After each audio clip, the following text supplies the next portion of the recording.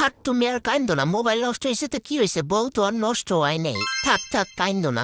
এই কান্দন থামানোর লেগে এখন আমার বেটারে ট্রিট দিতে নিয়ে যেতে হইব। বেটার গিফট করা জুতা পরে এখন যাইতেছি বেটারে ট্রিট দিতে, কইছি 200 টাকার মধ্যে যা যা খাইতে মন চায় সব কিছু খাইতে পারবা। ওমা একারা এদিকে গিল্লি আর গিল্লির গার্লফ্রেন্ড কেমন একটা গার্লফ্রেন্ড বানাইছে বেড়াই, খালি 2 দিন পর পর পেট বাদাই আসে, 2 দিন পর পর খালি পোয়াতি হয়। চলে গেলাম বিখ্যাত জায়গা সে কেক পট্টিতে খাবার খাইতে, কিন্তু গিয়ে দেখি ওমা কোনো খাবার দাবার নাই, কই গেল খাবার দাবার সব।